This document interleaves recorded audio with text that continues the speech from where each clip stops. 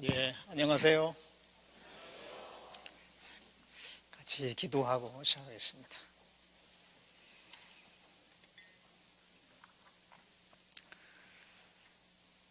거룩하시고 은혜롭고 자비로우신 우리 아버지 하나님, 우리가 죄 가운데 있을 때에 하나님께서 먼저 우리를 사랑해 주셔서 주 예수 그리스도의 그 보배로운 피로 우리 죄를 영원히 속죄해 주시고 그 귀한 복음의 말씀으로 우리를 불러서 깨닫게 해 주시고 하나님의 자녀로 삼아 주시고 항상 하나님의 은혜와 진리 가운데로 인도해 주신 것 참으로 감사드립니다. 부족하지만은 교회 가운데 거하게 해 주셔서 때에 따라서 우리에게 필요한 말씀을 주시고 주님의 능력과 주님의 지혜로 주님을 섬기며 귀한 복음의 역사에 참여케 하신 것 참으로 감사드립니다. 주님 앞에 갈 때까지 주님의 그 복음이 전해지는 곳에 늘 함께하며 여러모로 사용될 수 있도록 우리 모두를 붙들어 주시고 또 인도해 주시옵소서. 국내와 해외 여러 지역에 복음이 전해지고 있습니다. 복음이 전해지는 곳마다 함께해 주시고 역사해 주시고 계속해서 이뤄진 영혼들이 하나님께 돌아오므로 하나님께 영광이 되도록 인도해 주시옵소서. 특별히 우리 가운데 고난과 어려움 속에 질병 가운데 고통 중에 있는 분들 더욱더 하나님의 자비로운 손길로 붙들어 주셔서 그 모든 고난에서 건져주시고 어떤 형편에 있든지 하나님을 사랑하는 마음 식어지지 않게 해주시고 범사에 감사하며 하나님께 영광 돌리는 삶이 될 수 있도록 인도해 주시옵소서. 주일을 맞이해서 이렇게 한자리에 모였습니다. 우리 모두에게 필요한 말씀을 주시고 각 사람의 형편에 따라 믿음의 정도에 따라 마땅히 깨달을 것을 깨달을 수 있도록 주 성령께서 도와주시기를 간절히 바라고 원하며 우리를 구원해 주신 예수님의 이름으로 기도드렸습니다. 아멘. 같이 욥기 32장을 찾겠습니다.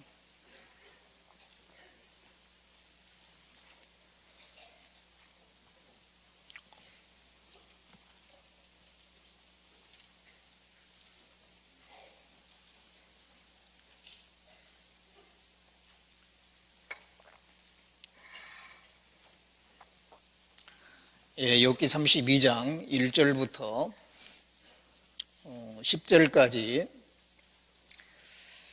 말씀을 보겠습니다. 제가 읽도록 하겠습니다.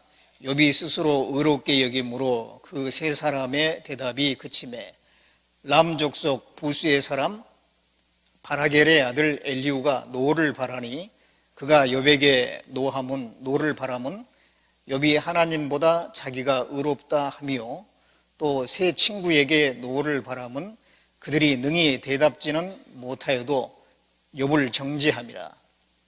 엘리후가 그들의 나이 자기보다 많음으로 욥에게 말하기를 참고 있다가 세 사람의 입에 대답이 없음을 보고 노를 바라니라. 부스 사람 바라겔의 아들 엘리후가 발언하여 가로되 나는 연소하고 당신들은 연로함으로 참고 나의 의견을 감히 진술치 못하였노라. 내가 말하기를 날이 많은 자가 말을 낼 것이요 해가 오랜 자가 지혜를 가르칠 것이라 하였으나 사람의 속에는 심령이 있고 전능자의 기운이 사람에게 총명을 주시나니 대인이라고 지혜로운 것이 아니요 노인이라고 공의를 깨닫는 것이 아니라. 그러므로 내가 말하노니 내 말을 들으라. 나도 내 의견을 보이리라. 전주교회 상당히 오랜만에 와서 인사를 드리게 됐습니다. 몇 년 전에 왔는지 기억이 전혀 안 나는데요. 상당히 오래전에 온 것 같습니다. 그 사이에 또 많은 분들이 또 구원을 받으시고 또 이 자리에 계실 거라고 생각이 듭니다. 예, 저는 안산교회에서 교제를 하고 있습니다.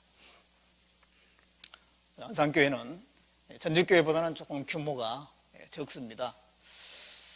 그동안 이제 동계 수련을 할 때에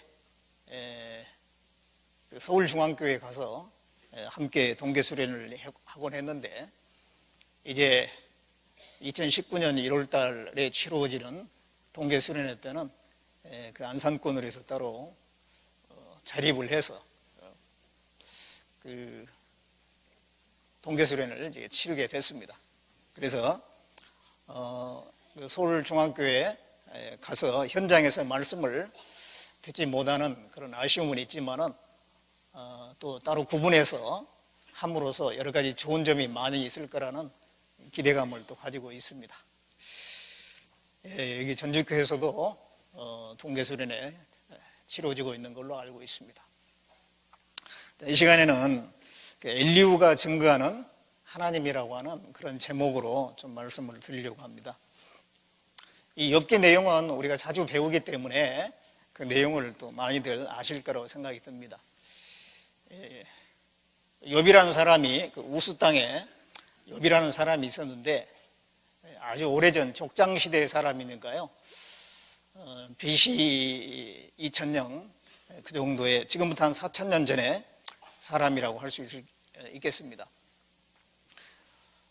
그런데 그 사람은 참으로 하나님 앞에 의로운 사람이고 또 순전하고 하나님을 사모하는 그런 사람이었습니다. 하나님께서 바로 그런 믿음을, 욥의 그런 신앙을 칭찬을 할 정도였죠. 그래서 하나님이 또 많은 재물을 주셨는지 동방에서 가장 큰 사람이었습니다. 동방에서 가장 부자. 그래서 하나님 앞에 의인이고 순전한 사람이고 또 물질적으로도 아주 많은 재산을 가진 그런 사람이었는데, 항상 좋기만 한 건 아니었죠. 갑자기 엄청난 재난이 닥치게 됩니다. 하루아침에 가지고 있는 재산이 다 날아가 버립니다. 그리고 자녀가 10명인데 그 10명의 자녀가 하루아침에 다 죽어버립니다. 그리고 이제 마지막 남은 게 자기 몸인데, 몸마저 병이 생겨가지고 악창이 나가지고 머리끝에서 발끝까지 온몸이 그 악창이 나가지고, 그러니까 온몸에 고름이 난다든가 상처가 나는 걸 얘기합니다. 너무 고통스러워서 기아장으로 자기 몸을 뜩뜩 긁었다고 했습니다. 그래서 하루아침에 생명만 붙어있지 나머지는 다 상실한 거예요. 엄청난 불행한 일을 당하니까 그 친구들이 3명이 있었는데, 그 3명의 친구가 서로 약속을 하고 욥을 가서 위로하자, 욥을 찾아갔습니다. 찾아가서 이제 욥하고 쭉 얘기를 하는데요, 처음에는 위로하러 갔는데 나중에 얘기하다 보니까 욥을 추궁하는 쪽으로 계속 말이 그쪽으로 흘러가게 됩니다. 그래서 욥에게 네가 필시 무슨 죄가 있기 때문에 이런 재난이 있는 거다. 어떻게 죄가 없는데 이렇게 큰 재난이 있을 수가 있나? 그래서 무슨 죄를 졌는지 얘기해봐라. 그렇게 이야기하는데 욥은 자기 자신을 아무리 돌아봐도 죄진 게 없는 거예요. 그렇게 재앙을 받을 만한 그런 죄가 생각이 안 나는 겁니다. 그리고 욥은 정말로 하나님 앞에 의롭게 살려고 애를 쓴 사람이에요.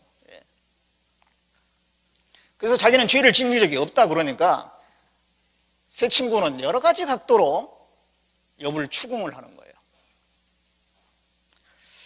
그래서 욥은 자기가 죄가 없다라고 하는 것을 이제 변론을 하고, 상대방에서는 죄를 끄집어내려고 하고, 그래서 변론이 이제 됐습니다. 그런데 그 변론을 쭉 하게 되는데 결국은 이 세 친구가 욥을 당해내지 못합니다. 왜냐하면 욥은 그 세 친구보다 더 하나님에 대한 지식이 많았어요. 뿐만 아니라 실제적으로 욥은 그런 그 가책을 느낄 만한 죄를 지은 적이 거의 없는 겁니다. 그러다 보니까 결국은 그 변론이 쭉 되다가 그 세 친구가 더 이상 할 말이 없으니까 이제 멈추고 있는 거예요. 그때에 엘리후라는 사람이 등장을 해서 이제 얘기를 하기 시작합니다. 그게 이제 욥기 32장부터 37장까지의 내용이에요. 이 엘리후라는 사람은 욥과 이 세 친구가 쭉 얘기하는 걸 계속 듣고 있었어요. 듣고 있다가 세 친구의 말이 이제 더 이상 이제 할 말이 없어지니까 그때 이제 엘리후가 등장을 해서 말을 하는 겁니다. 근데 이 엘리후가 그동안 왜 참고 있었느냐 그러면은 엘리후의 말이 그러죠. 자기는 연소하고 당신들은 연로하니까 젊은 사람으로서 나이 드신 분들이 이렇게 얘기를 하고 있는데 끼어드는 것은 경우가 아니기 때문에 얘기가 다 끝낼 때까지 기다리는 거예요. 그래가지고 그들의 말이 그치니까 이제 말을 한다는 것입니다. 그러면서 이 엘리후가 이제 책망을 하는데 욥의 세 친구에 대해서는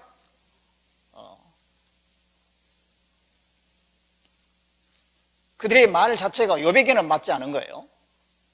거기에 대해서 책망을 하고 욥에 대해서는 자기가 너무 의롭다고 하다 보니까 하나님을 불의한 것처럼 말한 것에 대해서 또 책망을 하고 욥과 세 친구를 다 책망하는 말을 시작하는데 이 엘리후에게는 하나님의 지혜가 있었어요. 이 세 사람과 욥의 그 말하고 조금 차원이 달랐습니다. 그러면서 7절에 이렇게 말을 하고 있습니다. 내가 말하기를 날이 많은 자가 말을 낼 것이요 해가 오랜 자가 지혜를 가르칠 것이라 했으나 사람의 속에는 심령이 있고 전능자의 기운이 사람에게 총명을 주시나니 대인이라고 지혜로운 것이 아니요 노인이라고 공의를 깨닫는 것이 아니라 사람들이 말할 때는 날이 많은 자가 오래 산 사람이 지혜가 있고 교훈을 줄 수 있다. 삶의 경험이 많으니까 그렇게 말하지만은 그게 다 옳은 건 아니다. 그게 이제 말을 시작하고 있어요. 이 엘리후는 젊은 사람이잖아요. 자기가 하나님이 주신 지혜로 더 올바른 말을 할 수 있다는 것입니다. 정말 이 엘리후의 말대로 나이가 많다고 다 지혜로운 건 아니거든요. 나이가 많다고 다른 사람에게 교훈을 줄 수 있는 얘기를 다 할 수 있는 건 아니죠. 그 사람이 평생 어떻게 살았느냐 그게 중요한 거예요. 그리고 정말 하나님을 얼만큼 아느냐라고 하는 것이 중요한 거죠. 아무리 나이 많이 먹었을지라도 하나님을 모른다면 그 입에서 지혜다운 지혜가 나올 수가 없는 거죠. 그런데 젊은 사람이라 할지라도 하나님을 올바로 깨달으면 그 입에서 지혜로운 말이 나올 수가 있는 겁니다. 그래서 엘리후는 하나님 이 사람 속에 심령이 있고 전능자의 기운이 사람에게 총명을 주신다. 전능자의 기운이 사람에게 총명을 준다 그랬어요. 전능자의 기운은 성령을 얘기합니다. 성령이 사람에게 진정한 총명을 준다. 그래서 엘리후는 자기가 말하는 것이 성령에 의한 말이다라고 하는 것을 얘기하고 있는 것입니다. 33장 4절에 보겠습니다. 하나님의 신이 나를 지으셨고 전능자의 기운이 나를 살리시느니라. 하나님의 신이 나를 지으셨고, 이 엘리후가 한 말이에요. 전능자의 기운이 나를 살리시느니라. 성령이 나와 함께 하신다는 걸 지금 얘기하고 있습니다. 그래서 이 엘리후는 성령에 의해서 할 말이 많은 거예요. 그러잖아요. 우리가 성령이 내 안에 거하고 충만하게 되면 하나님에 대해서 할 말이 많아지게 됩니다. 하나님에 대한 올바른 지식이 있음으로써 그걸 알지 못한 사람에게, 어리석은 사람들에게 그걸 얘기해주고 싶은 마음이 그냥 가득하게 돼 있어요. 그래서 이 엘리후가 자기 마음 상태를 이렇게 말하고 있는데 32장 19절에 보면 보라, 내 가슴은 봉한 포도주 같고 새 가죽 부대가 터지게 됨 같구나. 내가 말을 바라야 시원할 것이라. 내 입을 열어 대답하리라. 자기 가슴은 봉한 포도주 같다. 포도주를 가죽부대에다가 다 담아놨는데 발효가 돼가지고 막 이게 가스가 차 있는 그런 상태 같다. 곧 터질 것 같다. 말을 발하여야지 시원할 것이다. 우리가 처음에 구원을 받고 성령에 충만하고 정말 구원의 기쁨이 내 안에 넘칠 때에 우리 마음 상태가 그런 상태였죠. 막 이걸 얘기하고 싶잖아요. 구원받지 않은 사람, 하나님 알지 못한 사람들을 만나면 막 답답하고 불쌍해 보이고 얘기해주고 싶은 마음이 막 올라옵니다. 예, 이 엘리후가 지금 그런 상태예요. 쭉 들어보니까 하나님을 더 많이 알고 있는 이 엘리후 입장에서는, 성령에 의한 지식을 가지고 있는 이 엘리후 입장에서는 네 사람의 욥의 말도 그렇고 세 친구의 말도 그렇고 좀 답답한 겁니다. 그래서 그들에게 하나님이 어떤 분인가라는 것을 좀 정확하게 좀 얘기해주고 싶은 거예요. 그래서 이제 이 엘리후가 쭉 하나님은 이런 분이다 라고 쭉 이제 얘기를 하는 내용이 그 뒤에 나오는 내용들입니다. 그래서 엘리후가 이제 하나님에 대해서 증거를 하죠. 증거를. 이 시간에 이제 몇 가지만 좀 살펴보려고 하는데요. 자, 엘리후가 증거하는 하나님. 예. 욥기 34장 보겠습니다. 34장 10절. 10절부터 12절까지 같이 읽어보겠습니다. 그러므로 너희 총명한 자들아 내 말을 들으라. 하나님은 단정코 악을 행치 아니하시며 전능자는 단정코 불의를 행치 아니하시고 사람의 일을 따라 보응하사 각각 그 행위대로 얻게 하시나니 진실로 하나님은 악을 행치 아니하시며 전능자는 공의를 굽히지 아니하시느니라. 예. 여기에 이 말씀에 엘리후가 하고 싶은 말은 하나님은 의로우신 분이다 라고 하는 것이에요. 하나님은 의로우시다. 이게 10절에 하나님은 단정코 악을 행치 아니하시며 전능자는 단정코 불의를 행치 아니하시고, 하나님은 결코 악을 행한 분이 아니다. 항상 의를 행하는 분이다. 하나님은 의로우신 분이죠. 시편 92편 15절에도 여호와는 나의 바위시라 그에게는 불의함이 없도다 그런 말씀이 있는데, 하나님은 불의한 것이 없잖아요. 근데 사람들이, 물론 하나님은 불의한 것이 없는데 사람들이 생각할 때에 하나님 왜 이렇습니까? 라고 따지는 경우가 많이 있으니까요. 그런 거예요. 그 하나님께 뭔가 잘못이 있는 것처럼 따질 때는 보면은 자기 자신에게 문제가 있을 때예요. 마음이 편안하고 모든 것이 형통할 때는 하나님 왜 이렇습니까? 그렇게 따지지 않거든요. 그런데 엄청난 고난이 왔다든가, 욥처럼 또 어떤 큰 손해를 봤다든가,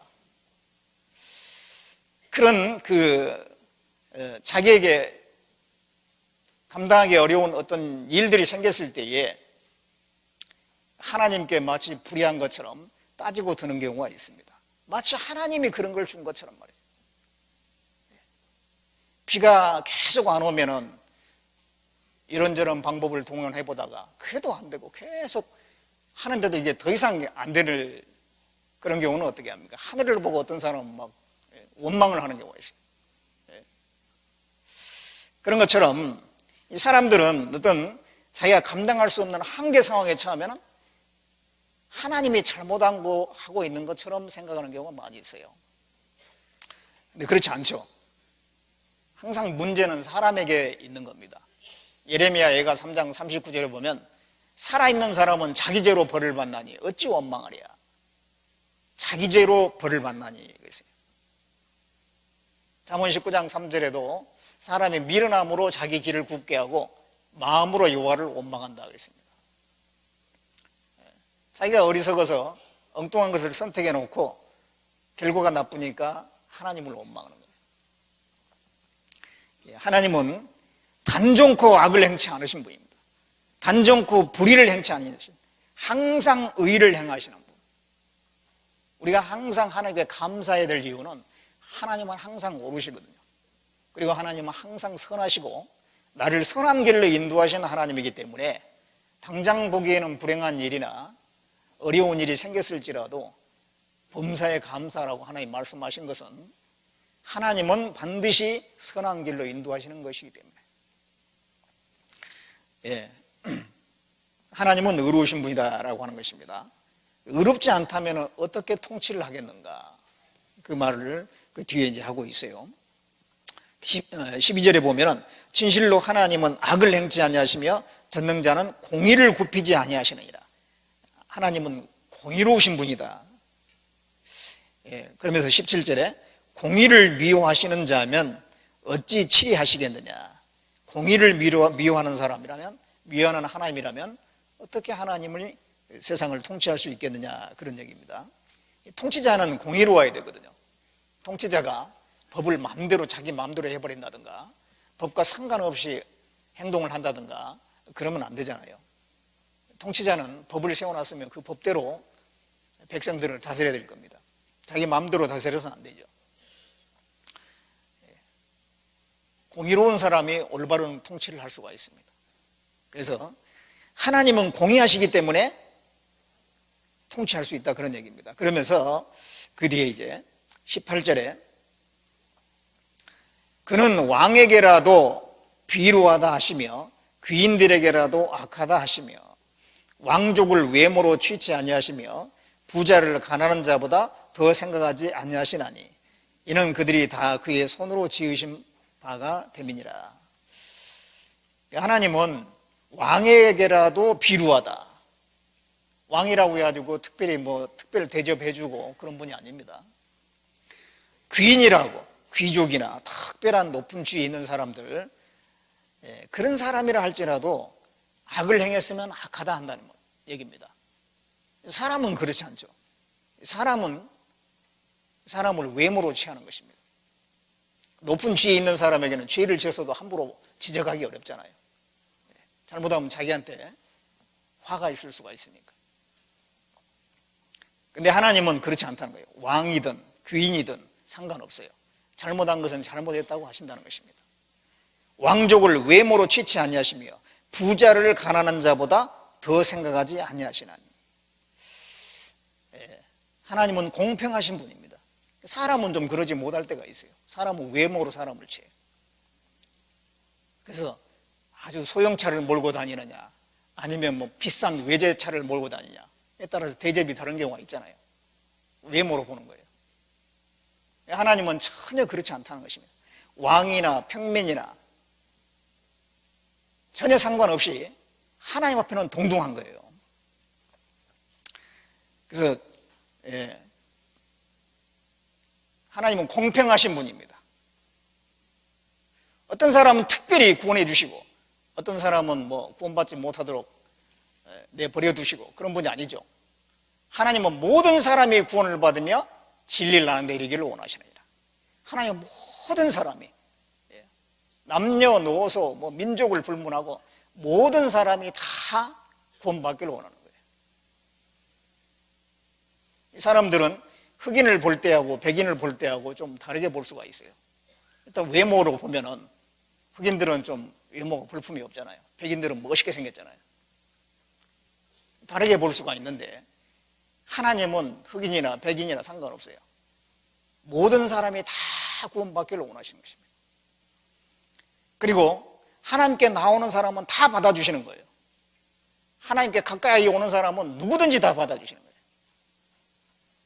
이 구원받은 사람들 중에서도 구원받은 지 오래됐다고 해가지고 하나님이 더 가까이 하고 구원받은 지 얼마 안 됐다고 해가지고 하나님이 좀 소홀히 하고 그런 건 아닙니다. 누구든지 구원받은 지 오래됐든 그렇지 않든 하나님께 가까이 가기만 하면 하나님이 가까이 하신다고 되어 있어요. 야고보서 4장 8절에 보면 하나님을 가까이 하라 그리하면 가까이 하시리라 그랬어요. 누구든지 하나님을 가까이 하면 하나님이 또 가까이 하셔요. 여호와의 친밀함이 경외하는 자에게 있으며 그 언약을 저희에게 보여주시리라 그랬습니다. 하나님을 경외하기만 하면 누구든지 하나님은 친밀하게 가까이 해주시는 것입니다. 구원받은 지 오래됐다고 반드시 하나님이 가까이 하고 그런 건 아닙니다. 열왕기상 13장에 보면은 베델에 사는 늙은 선지자가 있었어요. 늙은 선지자. 늙은 선지자니까 젊었을 때부터 선지자였어요. 오랫동안 하나님을 섬겼는데 그 당시에는 이제 하나님에서 상당히 멀어져 있는 거예요. 우상 숭배하는 베델에 거기서 머물러 살고 있어요. 거기를 떠나야 되는데 적당히 타협하고 사는 겁니다. 하나님을 섬긴 지는 오래됐는데 이제 더 이상 하나님의 능력이 나타나지 않는 그런 상태였어요. 선지자라고 하는 이름은 가지고 있는데 하나님이 함께하지 않는 사람이에요. 엘리 제사장이 있었죠. 엘리 제사장. 엘리 제사장은 나이가 많이 들었습니다. 이제 제사장으로서 젊었을 때부터 꾸준히 하나님을 섬겨왔지만 이제 나이가 많이 들어가지고 하나님에서 상당히 멀어져 있어요. 그래서 엘리 제사장에는 이상이 나타나지 않았어요. 하나님의 계시가 나타나지 않은 거예요. 그런 지가 꽤 된 겁니다. 그런데 사무엘이라고 하는 그 어린 아이에게 하나님이 나타나셨어요. 사무엘을 불러서 얘기를 하셨잖아요. 이 엘리후라고 하는 사람은 젊은 사람이지만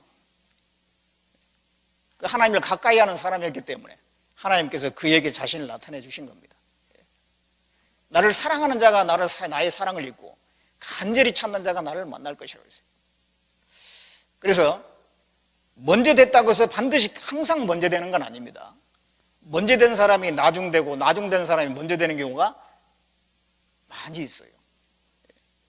마태복음 찾아보겠습니다. 마태복음 19장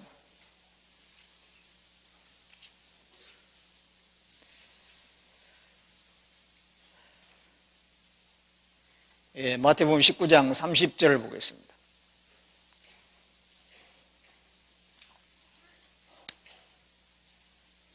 같이 읽어보겠습니다.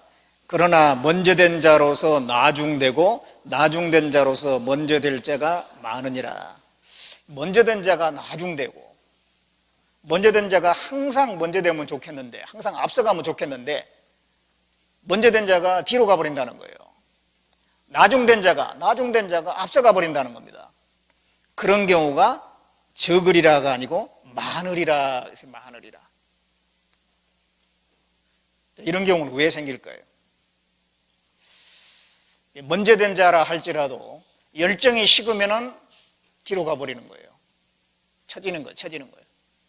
나중된 사람이라도 그 열정이 있는 사람은 앞서가는 겁니다. 열정이 있고 없고의 차이예요.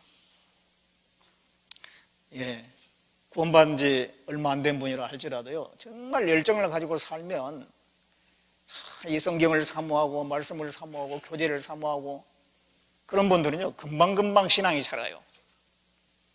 그래가지고 또 귀하게 또 사용되는 걸 봅니다. 근데 구원받은 지 오래됐는데도 도무지 열정이 없는 분이 있어요. 그분들 항상 그 모양이죠. 변화가 없어요.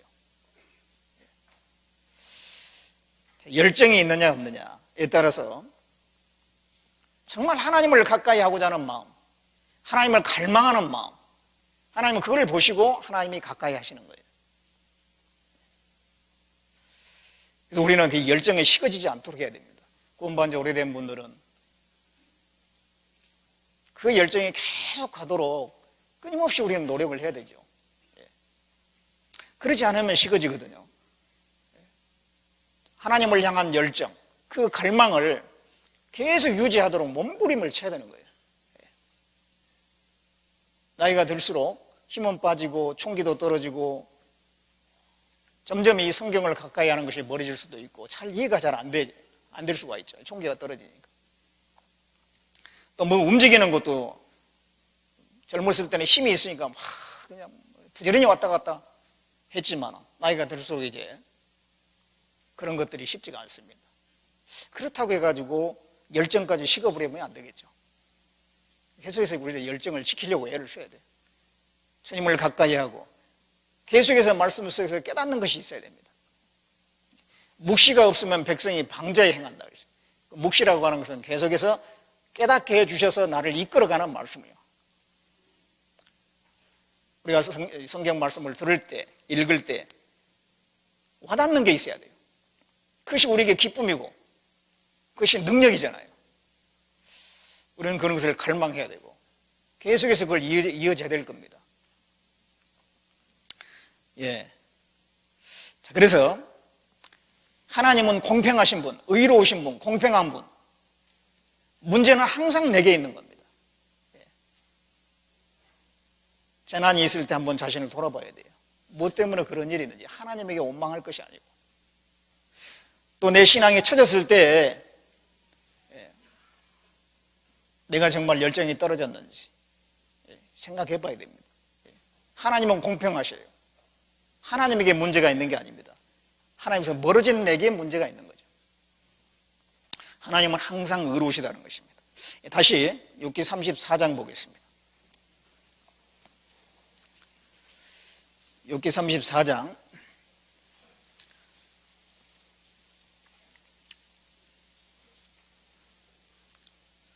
21절부터 24절까지입니다. 같이 읽어보겠습니다. 하나님은 사람의 길을 주목하시며 사람의 모든 걸음을 감찰하시나니 악을 행한 자는 숨을 만한 흑암이나 어두운 그늘이 없느니라. 하나님은 사람을 심판하시기에 오래 생각하실 것이 없으시니 세력 있는 자를 조사할 것이 없이 꺾으시고 다른 사람을 세워 그를 대신하게 하시느니라. 자, 여기서 이제 인류가 또 증거하는 것은 하나님은 감찰하신 하나님이다라고 하는 거예요. 하나님은 모든 걸음을 감찰하신다고 그랬잖아요. 하나님은 사람의 길을 주목하시며 사람의 모든 걸음을 감찰하시나니. 하나님은 우리의 모든 것을 다 알고 계신 분입니다. 하나님 앞에 숨길 수 있는 게 아무것도 없죠. 시편 139편 1절 이하에 보면 여호와께서 나를 감찰하시고 아셨나이다. 나의 앉고 일어섬을 아시며 멀리 있어도 내 생각을 통촉하시고 내 말을 알지 못한 것이 하나도 없다라고 그렇게 말씀하고 있습니다. 우리의 마음까지 아시고 우리가 말하는 거 다 들으시고 다 알고 계시는 거예요. 침 삼킬 동안도 놓지 않는다라고 했습니다. 머리카락까지 다 세신다고 그랬어요. 하찮은 것까지 다 세셔요. 그럴 정도라면 하나님은 우리 모든 그리스도인들 뿐만 아니라 세상 모든 사람, 개개인을 다 알고 계시는 거예요. 그 아브라함의 첩 하갈이 있었잖아요. 하갈. 아브라함이 이제 애굽에 내려갔다가 올라오면서 하갈이라고 하는 계집 종을 하나 데리고 올라가게 됩니다. 그래가지고 이제 사라를 통해서 아브라함의 아내 사라를 통해서 아이가 태어날 줄 알았는데 계속 안 태어나니까 그러면 저 첩을 통해 이 종을 통해서라도 아이를 낳읍시다 해가지고 그 하갈이라고 하는 그 종을 아브라함이 첩으로 이제 취하게 되죠. 그래가지고 나중에 이제 그 하갈은 금방 이제 아이를 갖게 됐어요. 배가 불렀습니다. 그러니까 이 하갈이 그래도 자기는 종이잖아요. 그렇다면 그 여주인에게 공손해야 할 텐데 자기가 아이가 생겼다 해가지고 마음이 교만해졌어요. 그걸 이 여주인 사라가 보니까 이게 참 세상 말로 가짱거든요. 그러니까 그 이제 하갈을 막 구박을 했어요.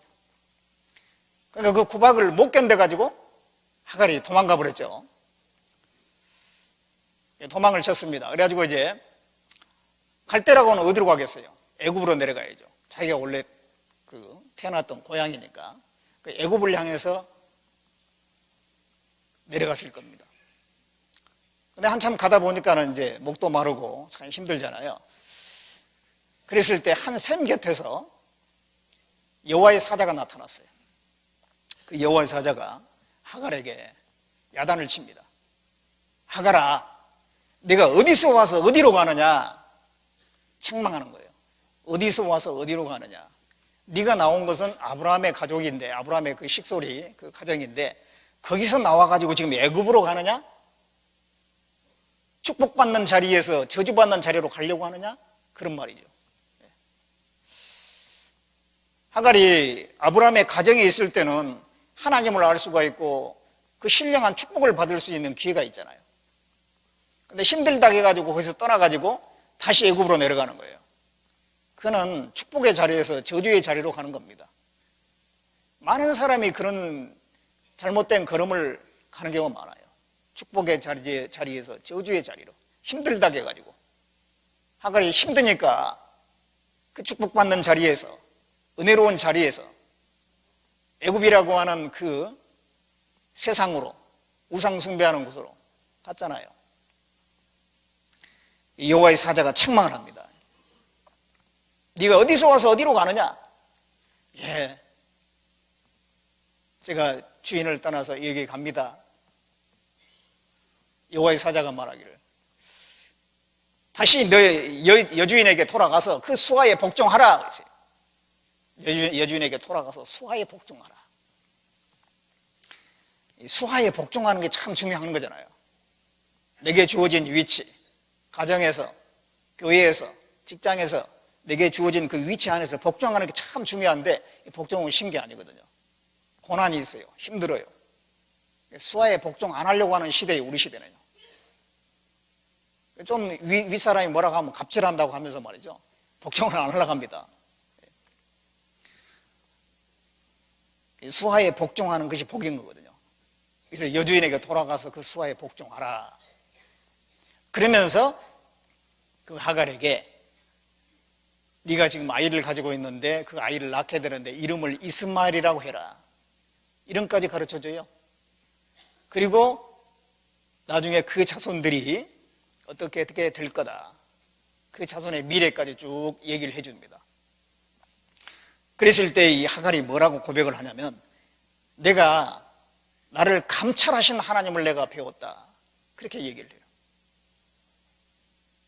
하갈은 하나님이 여호와 하나님이 어떤 분인지도 잘 몰랐을 뿐만 아니라 아브라함이나 사라나 그런 아주 중요한 인물의 하나님이지 자기 같은 사람 아브라함의 첩에 불과하고 일개 종에 불과하고 자기 같은 사람을 알아줄랴 이런 생각을 했을 거예요. 근데 여호와의 사자가 나타나가지고 자기한테 쫙 얘기를 해주시고 아이에 대해서 얘기를 해주시고 그걸 들었을 때 하나님은 나 같은 사람도 알고 계시는구나. 내가 감찰하신 하나님을 배웠으며 그랬어요. 그렇습니다. 하나님은 하갈과 같은 보잘것없는 여인에게도 관심을 가지고 보고 계신다는 거예요. 그렇다면 우리에 대해서는 얼마나 잘 아시겠어요? 구원받은 그리스도인들에 대해서. 그래서 다윗은 그렇게 고백했습니다. 시편 16편 8절에 보면 내가 여호와를 항상 내 앞에 모시며 그가 내 우편에 계심으로 내가 요동치 아니하리로다. 하나님은 항상 나를 알고 계신다는 걸 알았기 때문에 다윗은 하나님 앞에 사는 것처럼 살았다 그 말이죠. 내가 여호와를 항상 내 앞에 모시며 내 앞에 하나님 앞에 행하는 것처럼 그렇게 살았습니다. 여기 하나님은 사람의 모든 걸음을 감찰하신다. 나의 모든 걸음을 감찰하시는 하나님이십니다. 우리는 그런 하나님에 대해서 범사에 인정하는 마음을 가지고 살아야 될 겁니다. 그래서 잠언 3장 6절 보면 너는 범사의 그를 인정하라. 그리하면 내 길을 지도하시리라 그랬습니다. 범사 우리가 하나님을 인정해야 돼요. 하나님. 처음에 우리가 구원받았을 때에 참 순수했을 때 한번 생각을 해보세요. 작은 무슨 일 하나 벌어져도요 하나님과 영광을 시켜요. 감기 하나 걸려도 내가 뭘 잘못해가지고 하나님이 징계주신 거 아닌가. 가다가 그냥 문에 콕 찧어도 내가 뭘 깨달을 것이 있어가지고 하나님이 내 이마를 치신 거 아닌가. 또 간증할 기회가 있어서 간증을 하고 나서는 집에 돌아가서 쭉 생각을 해보죠. 이 바둑을 두는 사람이 한 판 둔 거를 처음부터 다시 쭉 다시 해보는 거, 그걸 이제 복기라고 하거든요. 그런 것처럼 간증하고 난 뒤에 집에 가서 복기를 해봐요. 쭉 내가 했던 말을 쭉 생각해봐가지고 그 말은 하지 말았어야 되는데 하나님께 기도를 합니다. 하나님, 그 말은 형제자매들 마음속에서 지워주세요. 참 순수하고 또 하나님에 대해서 예민했던 그런 시절이 있었잖아요. 근데 그런 것이 계속 지속되는 게 필요하죠. 범사에 하나님을 인정하고 어떤 작은 선택 하나 놓고도 하나님께 기도하고 이것이 정말 하나님의 뜻에 맞는지 그렇지 않은지 내 생각대로 하는 것인지 기도해보는 것이 맞잖아요.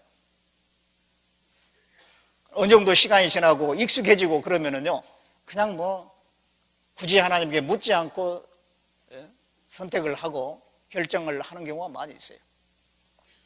마음이 식어진 겁니다. 하나님은 우리의 모든 걸음을 감찰하셔요. 그런 하나님께 물어보는 것이 맞잖아요. 범사에 하나님을 인정해야 될 겁니다. 여기 이제 23절에 한번 보겠습니다. 여기 34장 23절을 보면 하나님은 사람을 심판하시기에 오래 생각하실 것이 없으시니 세력 있는 자를 조사할 것이 없이 꺾으시고 다른 사람을 세워 그를 대신하게 하시느니라. 하나님은 사람을 다 하셨어요. 그동안 그 사람의 걸음을 다 감찰하시고 하셨기 때문에 사람을 심판할 때에 오래 생각할 것이 없다는 거예요. 다 알고 계신다는 거예요. 이 판사는 재판을 할 때 한 사람을 재판하기 위해서, 한 사건을 재판하기 위해서 많은 서류가 있어요. 그 제출된 서류, 관련된 서류들, 그걸 일일이 다 읽어보고, 훑어보고 해야만 되잖아요. 잘못 오판하면 안 되니까. 그러고도 오판하는 경우가 있어요.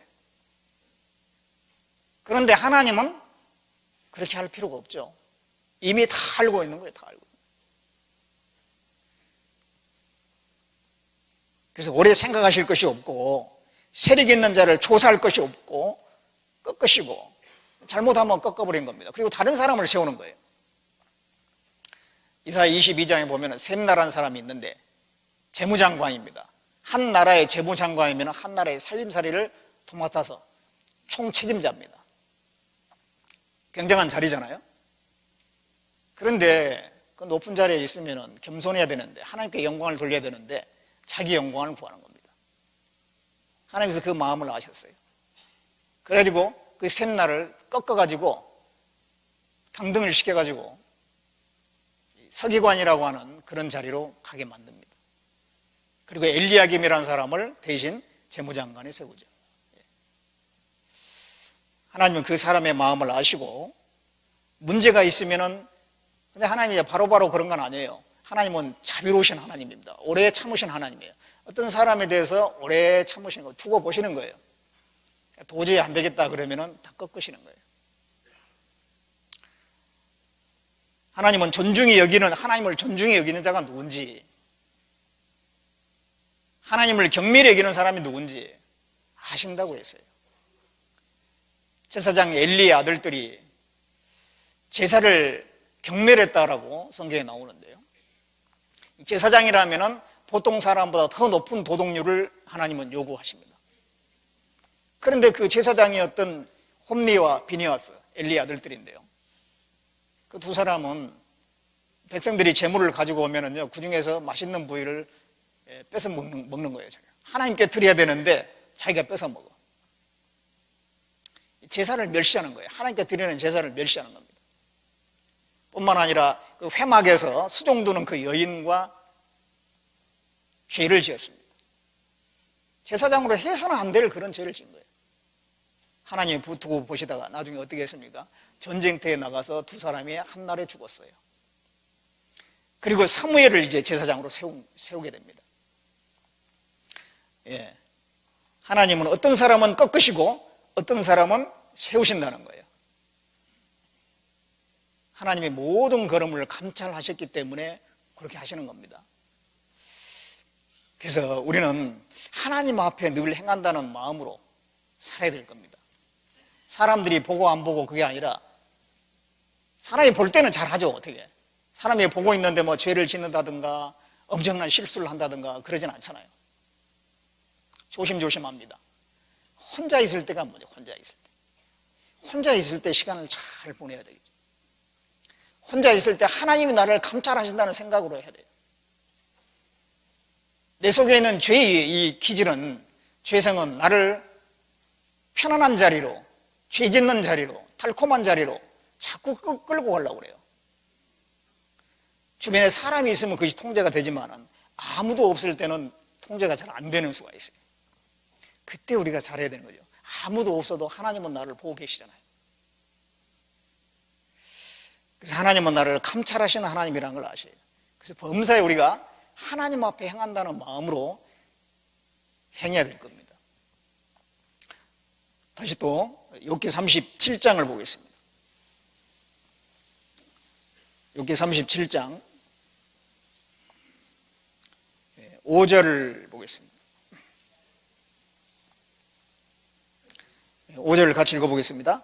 하나님이 기이하게 음성을 움직이시며 우리의 헤아릴 수 없는 큰 일을 행하시느니라. 이게 또 엘리후가 증거하기를 하나님은 헤아릴 수 없는 큰 일을 행하시느니라 그랬어요. 헤아릴 수 없는 큰 일을 행하시느니라. 그렇죠. 하나님은 헤아릴 수 없는 큰 일을 하시는데 그 뒤에 이제 어떤 일들이냐 몇 가지 예를 들고 있습니다. 6절에 눈을 명하여 땅에 내리라 하시며 적은 비와 큰 비도 그같이 내리게 하시느니라. 눈과 비를 내리게 한다. 이게 작은 일이 아니죠. 큰 일이죠. 지구상에 있는 모든 생명체의 근원, 생명의 근원은 물에 있는 거죠. 물. 만약 물이 공급이 안 되면 살 수가 없는 겁니다. 식물이 살 수가 없고 동물이 살 수가 없고 다 멸종해야 돼요.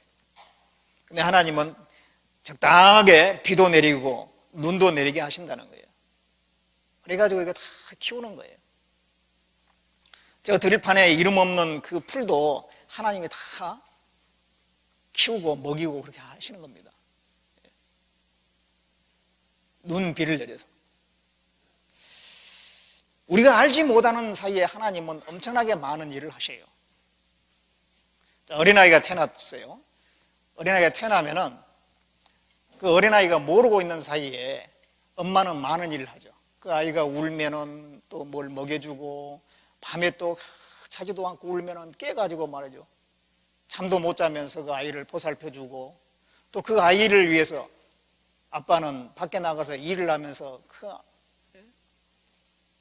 처자식을 벌어 먹여 살리기 위해서 일을 하지 않습니까? 근데 그러고 있는 동안에 그 아이는 몰라요. 자기가 지금 누구에 의해서 돌봐진다고 하는 그 사실 자체도 모르거든요. 그러는 동안에 엄마 아빠는 그 아이를 위해서 많은 일을 하고 있는 거예요.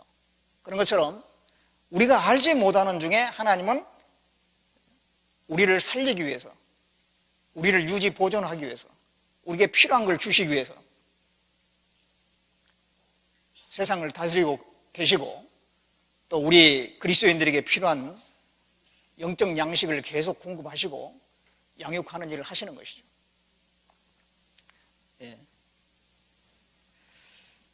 그 뒤에 10절을 한번 보겠습니다. 9절 욥기 37장 9절에 남방 밀실에서는 광풍이 이르고 북방에서는 찬 기운이 이르며 하나님이 부시는 기운에 얼음이 얼고 물의 넓이가 줄어지느니라. 하나님이 자연계에 많은 것들을 하나님께서 많은 일을 하시는데요. 특별히 남방 밀실에서는 광풍이 이르고 가끔 태풍이 남쪽에서 올라오잖아요. 그 태풍이 불어줘야 되거든요. 그래야지 공기가 순환이 되고 대기가 순환이 되는 겁니다. 또 북방에서는 찬 기온이 내려와요. 저 시베리아 저 북방에서부터 찬 기온이 내려오면 추위가 오고 남방에서부터 태풍이 불어 올라오면 비를 몰고 오기도 하고, 예, 그게 이제 이 지구상에 필요한 겁니다. 근데 왜 남방 밀실이라고 했느냐? 이 당시에 지금도 마찬가지입니다만은 세계 인구의 대부분이 북반구에 살고 있습니다. 북반구. 그렇기 때문에 북반구에서 남방은 어디냐면 적도 부분이에요. 적도 부분. 태풍은 그 적도 부분에서 일어나거든요. 그런데 왜 밀실이냐면은 이 태풍이 바람이 만들어지는 것을 어떻게 만들어지는지, 어디서 만들어지는지 그걸 몰라요. 갑자기 그냥 싹 만들어지는 거예요.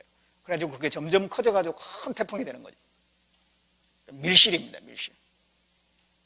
바람이 어디서 만들어지는지 아무도 예측할 수가 없어요. 태풍이 갑자기 만들어지는 거예요. 그래서 그게 엄청난 바람이 불어 올라오는 것입니다. 또는 위에서 찬 기운이 내려옵니다. 그러면서 이 지구가 순환이 되는 것입니다. 사람 살기에 필요한 거예요. 그게. 그런가 하면 11절에 그가 습기로 빽빽한 구름 위에 실으시고 번개의 빛에 구름을 널리 펴신즉 구름이 인도하시는 대로 두루 행하나니 이는 무릇 그의 명하시는 것을 세계상에 이루려 함이라.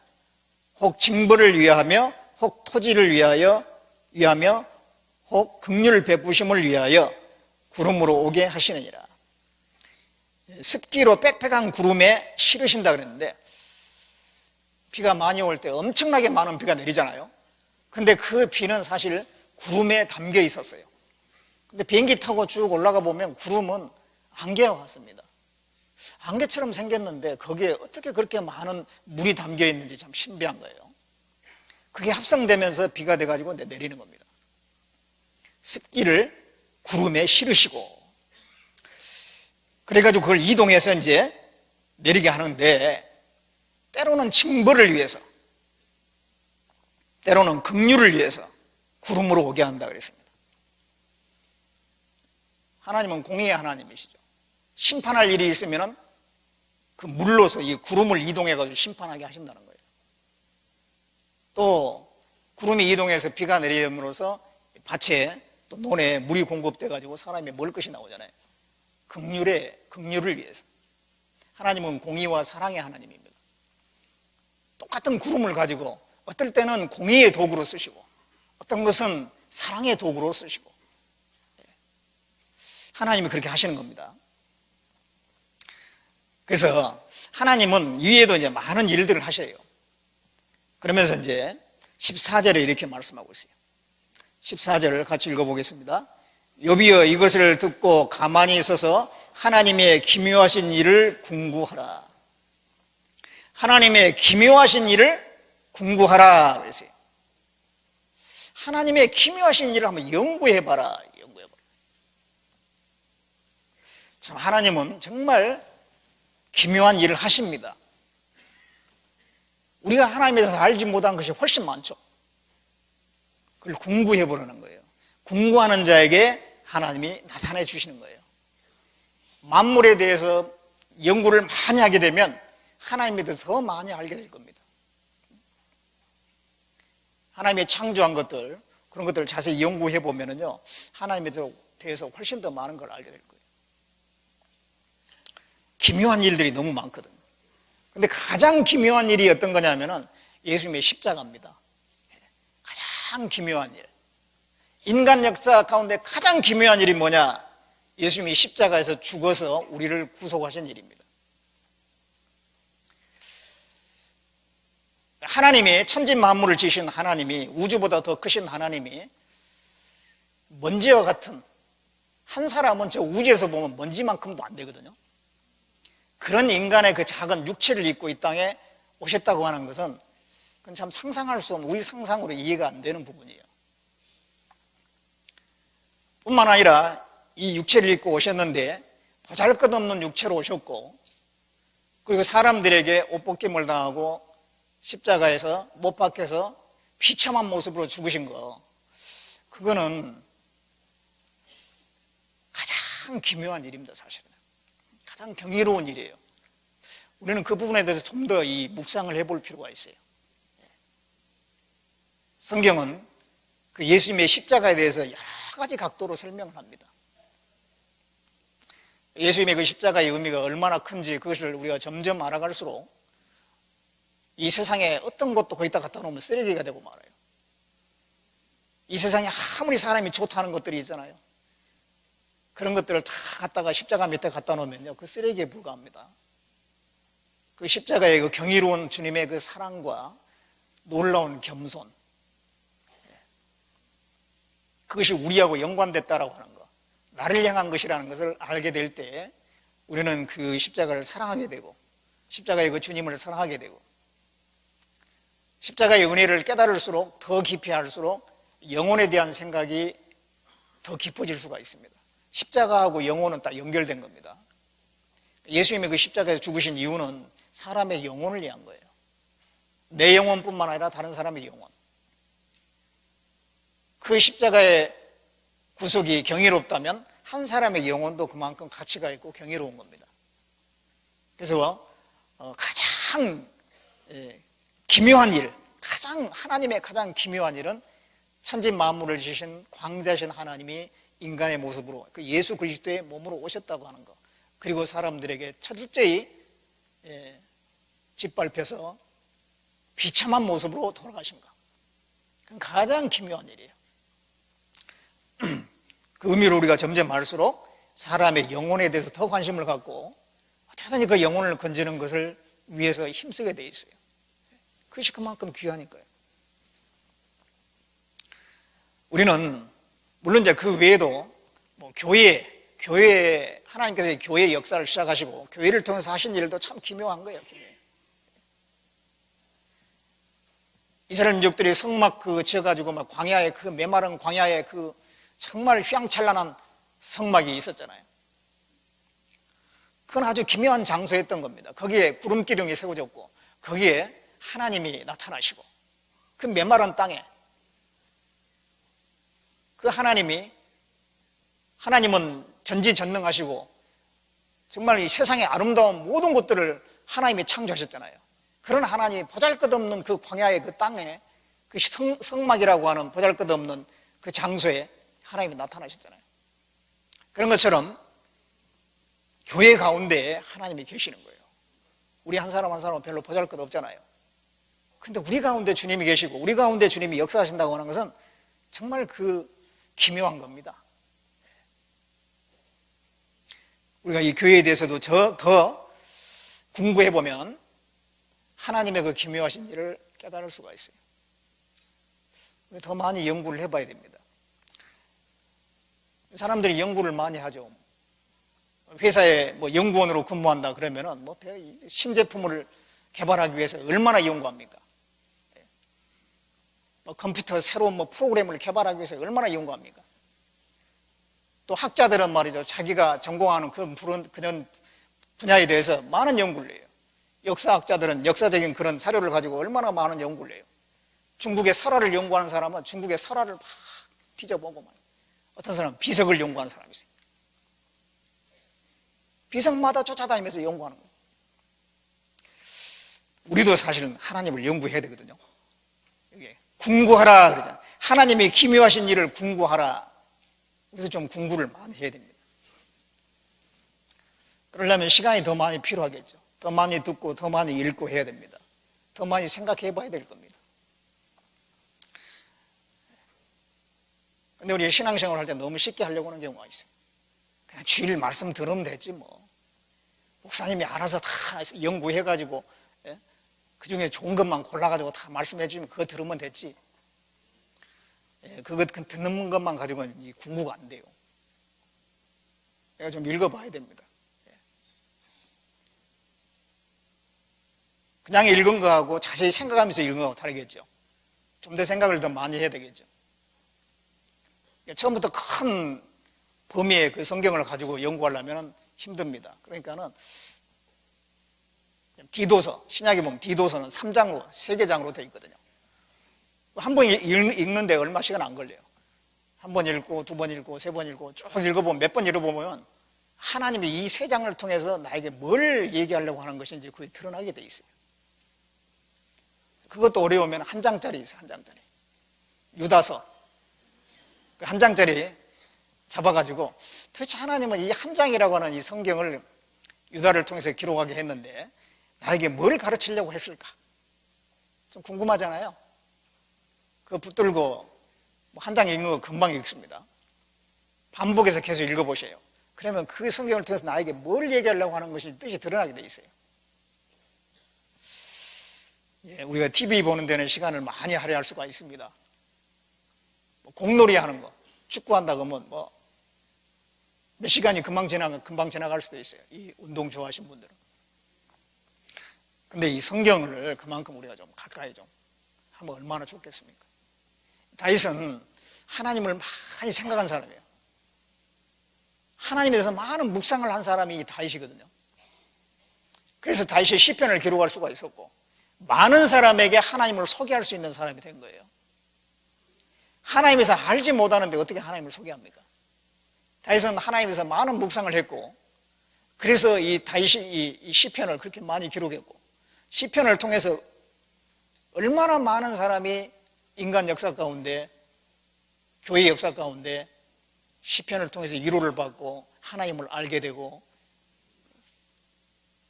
마음의 은혜를 받는 경우 얼마나 많았어요. 시편 145편 한번 찾아보겠습니다.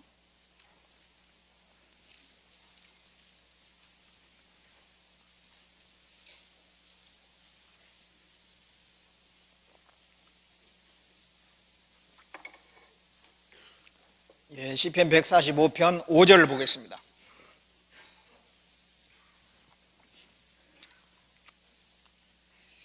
주의 존귀하고 영광스러운 염과 주의 기사를 나는 묵상하리이다. 이게 다윗의 말이거든요. 다윗의 시니까 주의 존귀하고 영광스러운 염과 주의 기사를 나는 묵상하리이다. 하나님에 대해서 깊이 생각해 본다는 것입니다. 그런 가운데서 다윗은 이렇게 말합니다. 8절에 여호와는 은혜로우시며 자비하시며 노하기를 더디하시며 인자하심이 크시도다. 여호와께서는 만유를 선대하시며 그 지으신 모든 것에 긍휼을 베푸시는도다. 여호와는 이런 분이다 라고 하는 것을 얘기하고 있지 않습니까? 자기가 쭉 묵상해 보니까 하나님은 은혜로우신 분이고 자비하신 분이고 노하기를 더디하시고 인자하심이 크신 분이다. 만유를, 하나님이 지으신 모든 것을 선대하신 분이다. 선하게 대하신 분이다. 그런 하나님을 알았어요. 그 마음이 얼마나 기쁘겠어요. 그런 하나님이구나. 하나님은 긍휼을 베푸시는 하나님이시구나. 17절에 여호와께서는 그 모든 행위에 의로우시며 그 모든 행사에 은혜로우시도다. 여호와께서는 자기에게 간구하는 모든 자, 곧 진실하게 간구하는 모든 자에게 가까이 하시는도다. 하나님은 은혜로우신 분이고 의로우신 분이고 기도할 때 가까이 하신 분이라는 것을 얘기하고 있어요. 그러면서 21절에 내 입이 여호와의 영예를 말하며 모든 육체가 그의 성호를 영영히 송축할지로다. 내 입이 여호와의 영예를 말하며 그랬죠. 하나님이 어떤 분이라는 것을 내가 자랑할 거다, 그 말입니다. 하나님에 대해서 충분히 묵상하고 하나님에서 알게 되니까 그걸 얘기하고 싶은 거죠. 하나님은 헤아릴 수 없이 많은 일을 하시는데 그 하나님을 좀 우리가 궁구해야 돼요. 하나님의 기묘하신 일을 궁구하라. 우리는 더 많이 하나님을 연구하고 성경을 통해서 더 알려고 애를 써야 될 겁니다. 하나님은 그 사람에게 더 알려주시는 거예요. 더 많이 알 때 우리는 더 하나님을 사랑하게 되고 하나님께 더 충성하게 되고 하나님을 기쁘시게 하는 삶을 살고자 하는 마음이 생기는 거예요. 다시 욥기 35장 보겠습니다.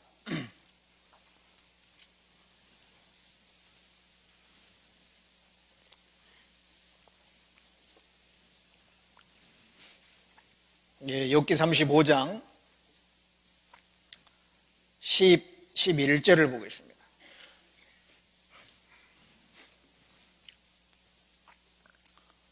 예, 11절 같이 읽어보겠습니다. 나를 지으신 하나님 곧 사람으로 밤중에 노래하게 하시며 우리를 교육하시기를 땅의 짐승에게 하심보다 더하게 하시며 우리에게 지혜 주시기를 공중의 새에게 주심보다 더하시는 이가 어디 계신가 말하는 자가 한 사람도 없구나. 이게 또 하나님에 대해서 엘리야는 이렇게 말합니다. 우리를 교육하시기를 땅의 짐승에게 하심보다 더하게 하시는 하나님이라고 했습니다. 하나님은 우리를 교육하시는 하나님이시다. 우리를 가르쳐 주시는 하나님이시다. 그렇게 증거를 하고 있습니다. 근데 우리를 교육하시기를 땅의 짐승에게 하심보다 더하게 하시며, 그러니까 이 땅의 짐승도 교육을 하는 거예요, 하나님이. 땅의 짐승도 교육하는데 사람은 더 많이 교육한다는 거죠. 그리스도인들은 더 많이 교육하고. 짐승들을 어떻게 교육할까요? 이 짐승들을 보면은요, 사냥하는 기술 같은 거 있잖아요.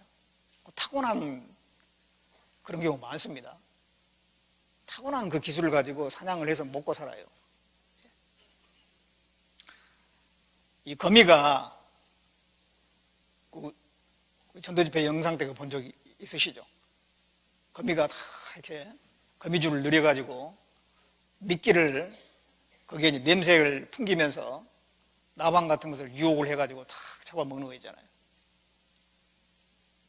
그게 하나님이 주신 기술입니다. 그게. 가르쳐 준 거예요. 또 새들이 보면은 집을 지을 때 보면은 참 기가 막히게 지어요. 그거 가르쳐 줬을까요? 어미가 뭐 새끼한테 가르쳐 주고 막 그런 게 아닙니다.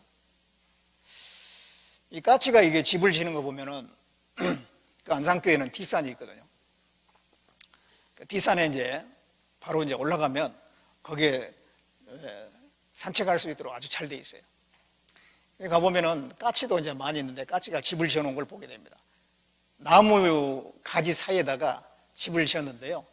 그게 이제 그 작은 나뭇가지하고 풀 뭐 이런 걸 막 물어다가 그걸 엮어가지고 집을 지어놓은 거예요. 그런데 태풍이 불어도 안 날아가요. 얼마나 잘 지어놨는지. 그런 기술이 어디서 나왔을까요? 하나님이 다 짐승을 교육하셔요. 벌들이 집을 지을 때 보면 정확히 육각형으로 짓거든요. 자기들이 모여가지고 야 우리 육각형으로 짓자. 그게 가장 효율적이야. 서로 그렇게 회의해가지고 짓는 거 아니잖아요. 근데 정확히 육각형을 지어요. 그 바다제비라는 게 있어요. 바다제비. 그 바다제비는 집을 지을 때 바위 사이에다가 짓는데 그 바다에 그 해초들이 있잖아요. 바닷말들, 해초. 그런 걸 물어다가 집을 짓습니다. 그걸 물어다가요, 막 엮어가지고 연결해가지고 짓는데 참 신비하잖아요. 그냥 다른 풀을 갖다가 해도 되는데 꼭 해초를 갖다가 집을 짓는 거예요. 그래가지고 그 바다 제비 집이 해초로 만들어진 거기 때문에요, 요리를 할 수 있답니다. 중국에서는 바다 제비집 요리가 많이 있대요. 굉장히 영양가 있는 요리라고 합니다.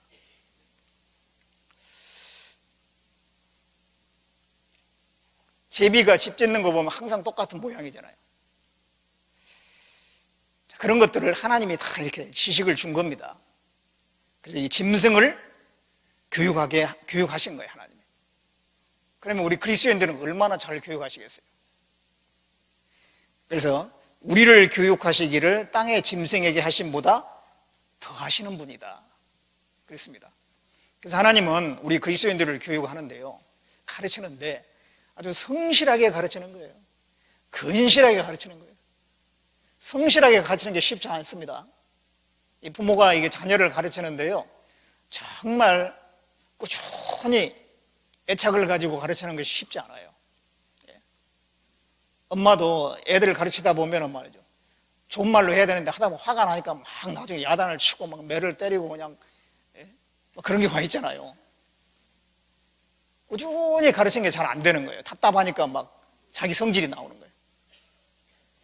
아빠들 같으면은요, 잘 가르치다가 아이고 이게 참 쉽지 않거든요. 그러니까 당신이 알아서 해. 엄마한테 다 맡겨버립니다. 아이들이 가르칠 수 있는 시기가 그렇게 길질 않은 것 같아요. 초등학교, 유치부 때부터 초등학교, 중학교, 고등학교까지, 거의 중학교까지 교육이 거의 끝나죠.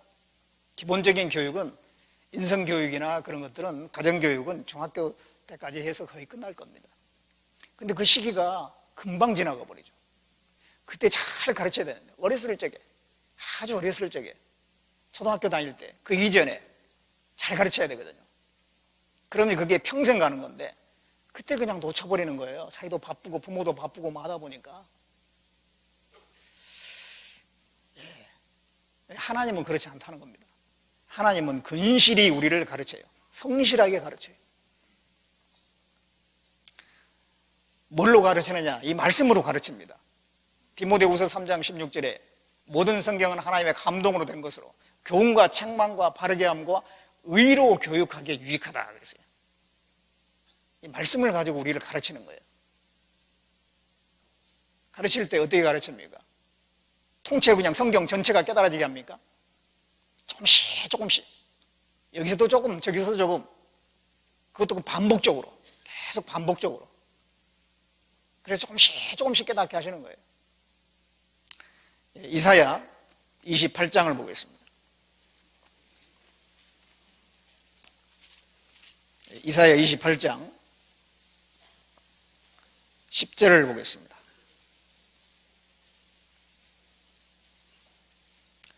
이사야 28장 10절에 같이 읽어보겠습니다.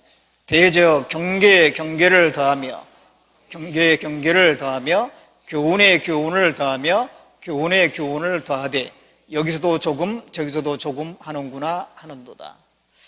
경계에 경계를 더하고 경계에 또 경계를 더하고 교훈에 교훈을 더하고 교훈에 교훈을 더하고, 같은 말의 반복인데 실제 이 성경에는 반복적인 것이 많이 있습니다. 잠언에도 보면 똑같은 말씀이 앞에 있었는데 뒤에 똑같이 뭐 단어 하나도 안 틀리고 조사 하나도 안 틀리고 똑같이 나오는 경우가 있어요. 왜 이렇게 똑같이 해놨을까? 한 번 딱 듣고 깨달으면 얼마나 좋겠어요? 실천하면 얼마나 좋겠습니까?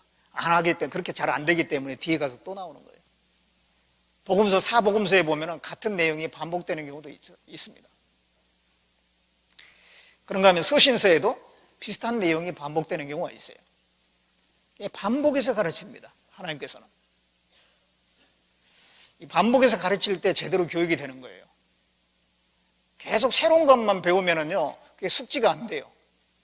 반복해서 계속 배워야 이게 숙지가 되는 거거든요. 그게 마음속에 깊숙이 들어갑니다. 저기 군대에 갔을 때 그 생각이 나는데, 훈련소에 가가지고 이제 배운 게 있어요. 총검술, 뭐 화생방, 뭐 이런 것들을 이제 기본적인 거 배우거든요.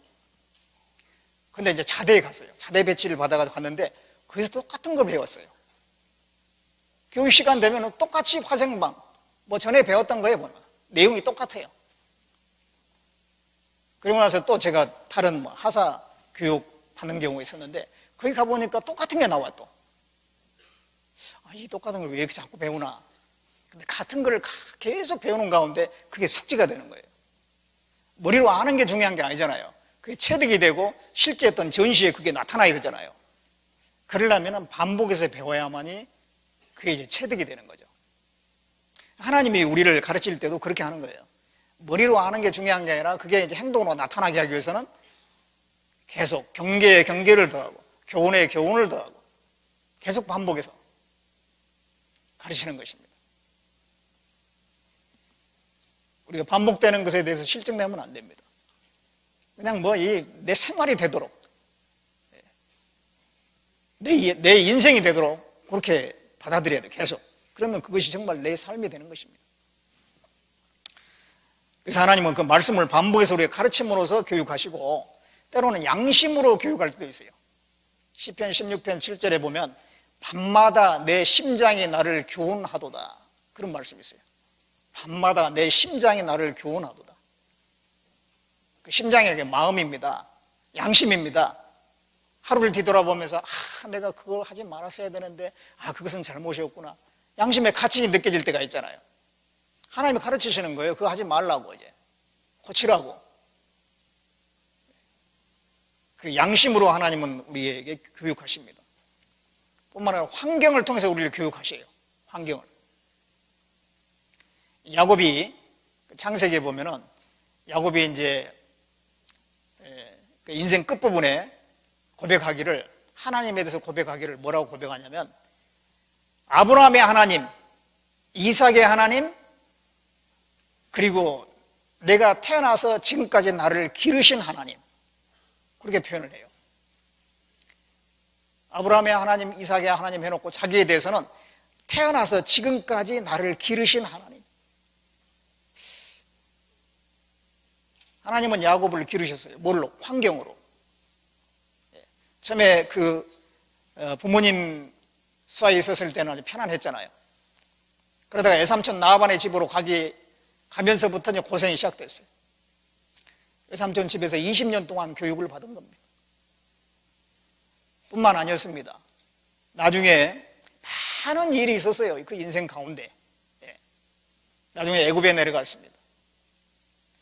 애굽에 내려가서 결국 일생을 마치게 되는데 그 삶 속에 많은 그 환경에 많은 일을 통해서 야곱을 교육시킨 거예요, 하나님께서. 그래서 이 야곱의 마지막에 보면 하나님께 경배했다 그런 표현이 나오는데요. 정말 하나님께 완전히 굴복된 야곱의 모습입니다. 그렇게 되기까지 하나님은 우리도 교육하셔요. 굴복하지 않은 것을 굴복하게끔. 근데 하나님 강제적으로 하는 건 아니고 우리에게 자유의지가 있기 때문에 자유의지도 존중하면서 여러 가지 환경을 통해서 우리를 조금씩 변화시키게 하는 것입니다. 모세도 원래는 모세가 아주 성급하고 다혈질적인 사람이었어요. 그 애굽 사람이 이 이스라엘 사람을 괴롭히니까 모세가 가서 쳐서 죽여버렸잖아요. 애굽 사람을. 그런 거 보면은 상당히 과격한 사람입니다. 모세가. 그런데 이제 그 미디안으로 도망을 가게 되죠. 가가지고 이제 자기 장인 이드로의 집에서 40년 동안 양치기로 이제 살게 됩니다. 그런 다음에 40년이 지난 뒤에 나이 80세에 하나님이 그를 들어서 이제 이스라엘 민족을 건져내는 일꾼으로 사용하지 않습니까? 그때 하나님은 모세를 일컬어서 세상에서 가장 온유한 사람이다 그랬어요. 원래 이 모세는 온유한 사람이 아닙니다. 언제 그렇게 온유하게 바뀌었을까요? 40년 동안 양치기로 살면서 그래서 배운 거예요. 그래서 자기의 인격이 다듬어진 겁니다. 하나님 그 환경을 통해서 우리를 바꿔가는 겁니다. 바꿔가요.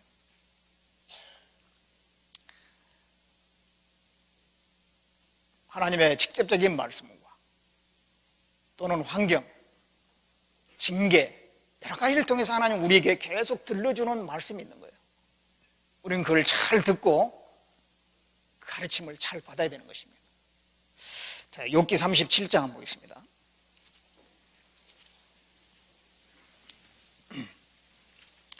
욥기 37장 2절을 보겠습니다.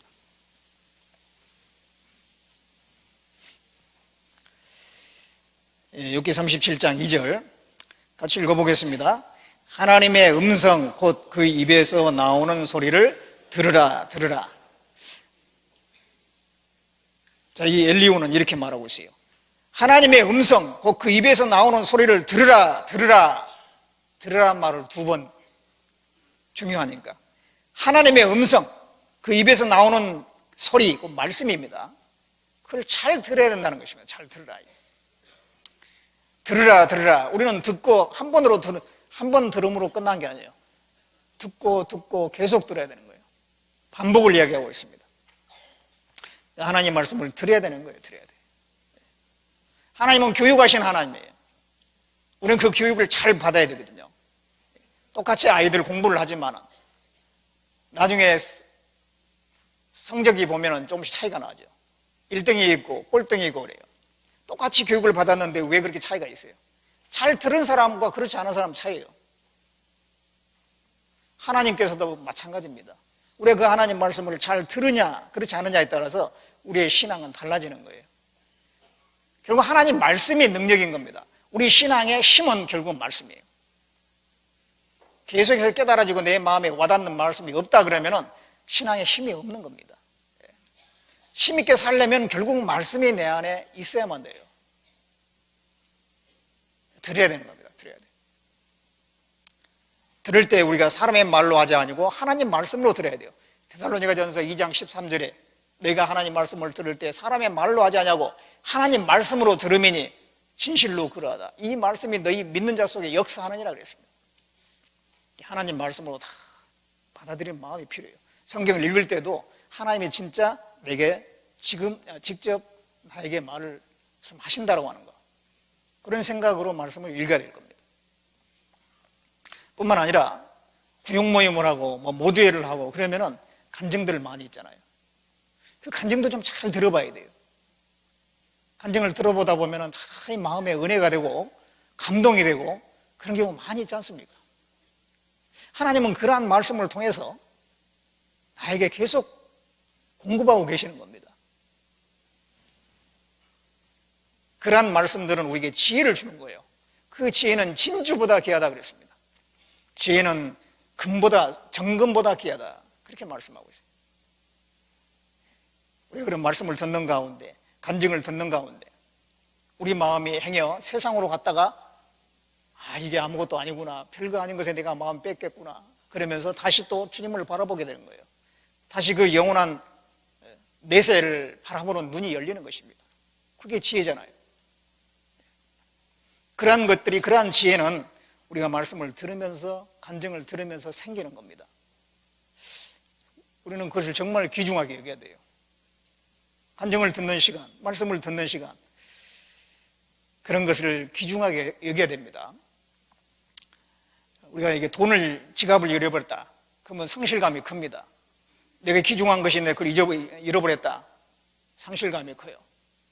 근데 사실은 그보다 더 중요한 것이 내 안에 정말 주님을 사랑하는 마음이 상실되어 버렸고, 정말 주님의 은혜가 언제부턴가 그냥 메말라져 버렸고, 그게 훨씬 더 중요한 거예요, 사실은요. 그 지혜가 진주보다 더 귀하다고 그랬습니다. 정금보다 더 귀하다고 그랬습니다. 그러한 지혜는 말씀을 들음으로, 간증을 들음으로, 교제 가운데 있음으로 생기는 거예요. 우리는 그러한 말씀을 들어야 됩니다. 하나님의 음성, 곧 그 입에서 나오는 소리를 들으라, 들으라. 하나님이 직접 들려주는 게 아니라 교회 안에 있는 말씀을 통해서, 성경을 통해서, 또 교제를 통해서 하나님 우리에게 주시는 겁니다. 근데 여기서 들으라, 들으라 그랬는데, 듣는다고 하는 것은 순종하는 것까지 포함되는 단어예요. 그냥 귀로만 듣는 게 아니라, 옛날에 이 부모들이 제 어렸을 적에 너는 왜 이렇게 말을 안 듣냐, 그런 얘기를 들을 때가 있어요. 그럼 말을 안 듣냐, 그것은 말하는 걸 왜 귀로 안 듣냐, 그 말이 아니잖아요. 왜 순종을 안 하느냐, 그 말이잖아요. 그러니까 여기에 들으라, 들으라, 그것은 순종까지 포함된 그런 말씀입니다. 우리가 말씀을 들었으면 그것을 순종하려고 해야 돼요. 하나님 말씀을 잘 듣는다는 것은 그대로 행하는 걸 얘기합니다. 행하는 걸 얘기해요. 우리가 들었던 말씀, 읽었던 말씀 잘 순종을 해야 되고, 또 형제자매들이 권면을 해줄 때가 있어요.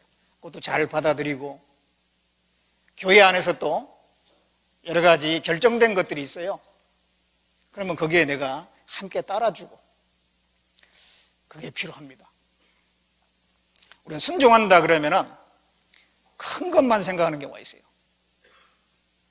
작은 것에서부터 순종을 해야 돼요. 멀리 있는 것은 잘 순종할 것 같아요. 만일 내게 순교의 그 기회가 주어진다면, 주님이 나를 위해서 죽으셨는데 나도 마땅히 순교해야지 할 것 같잖아요. 그런데 당장 연말이 돼가지고 무슨 봉사 하나 맡아주세요 그러니까 그건 못하겠는데요. 순교는 할 것 같은데 당장에 주어지는 작은 봉사 하나는 그건 못하겠다는 거예요. 멀리 있는 순종은 잘 되는데 가까이 있는 순종은 왜 이렇게 잘 안 될까요? 가까이 있는 거 작은 순종 하나부터 해야 되겠죠. 연말이 되면 이제 구역 조정을 합니다. 그래서 어떤 구역은 작고 어떤 구역은 튼튼해요. 그 작은 구역을 좀 더 살려보려고 튼튼한 구역에 있는 어떤 형제자매 가정을 작은 구역으로 보내려고 그래. 그런데 안 간다고 그래. 저는 계속 이 구역이 좋습니다, 여기 있겠습니다. 그거 하나도 잘 안 돼요. 정말 교회를 위해서, 주님을 위해서 필요하다면은 그거 해야 되잖아요. 내 자신의 유익이 아니라 얼마나 이런 선택이 교회의 유익이 될까, 얼마나 주님을 기쁘시게 할까 생각하면서 순종할 수 있어야 되잖아. 내 스스로는 내키지 않지만 그게 순종이고 복종이잖아요. 교회 안에서 작은 일부터 우리가 순종을 해야 됩니다. 하나님께서 직접적으로 내 순종할 말씀을 귀에 들려주는 건 아니죠. 교회 이 말씀을 통해서, 교회를 통해서, 형제자매를 통해서, 다른 형제자매를 통해서 나에게 권면의 말씀으로, 부탁의 말씀으로 하나님 말씀이 주어질 때가 있어요. 근데 그런 것은 다 거절하는 경우가 있어요. 그래서는 안 됩니다. 그런 말씀부터 우리는 다 순종으로 받아들여요. 그런 가운데 우리는 점점점 변화되어 갈 겁니다. 하나님 우리를 교육하신 하나님인데 그 교육을 잘 받으려면 그 말씀을 잘 순종해야 돼요. 그러면 하나님이 원하는 교육의 목적이 점점점 이루어져 가는 겁니다. 세상의 그 교육 목적은 인간다운 인간을 만드는 것이라고 그래요.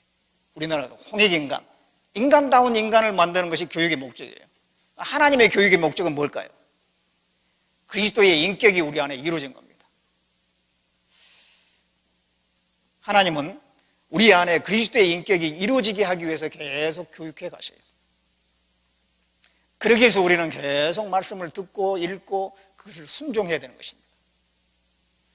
그것이 잘된 사람은 시간이 지날수록, 연수가 지날수록 점점 더 그리스도의 인격으로 채워지게 될 겁니다. 그렇지 않다면 오랜 시간이 지났지만 변화되는 게 없어요. 그 사람의 삶이 변화되는 것이 없고, 그렇다면 그것은 오히려 사람들에게 문제를 줄 수가 있어요. 그래서 하나님은 지금도 우리를 가르치고 계신다는 것입니다.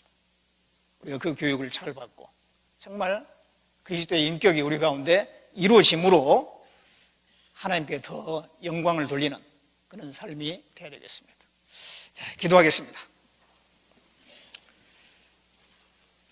우리를 사랑하시는 하나님, 주님의 그 보배로운 피로 우리를 구원해 주실 뿐만 아니라 지금도 우리와 늘 함께 하시고 우리를 감찰하시고 우리를 항상 진리 가운데로 인도해 주시고 우리를 가르치시고 주님의 그 거룩한 형상이 이루어지게 가신 우리를 가르쳐 주신 것 참으로 감사드립니다.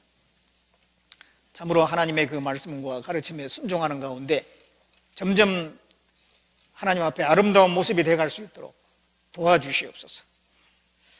전주교회 우리 형제자매님들 일일이 주님께서 붙들어 주시고 더 온전히 세워주시고 복음이 더 힘있게 전해질 수 있도록 이 교회를 또 귀하게 사용해 주시옵소서. 우리를 구원해 주신 예수님의 이름으로 기도드렸습니다. 아멘.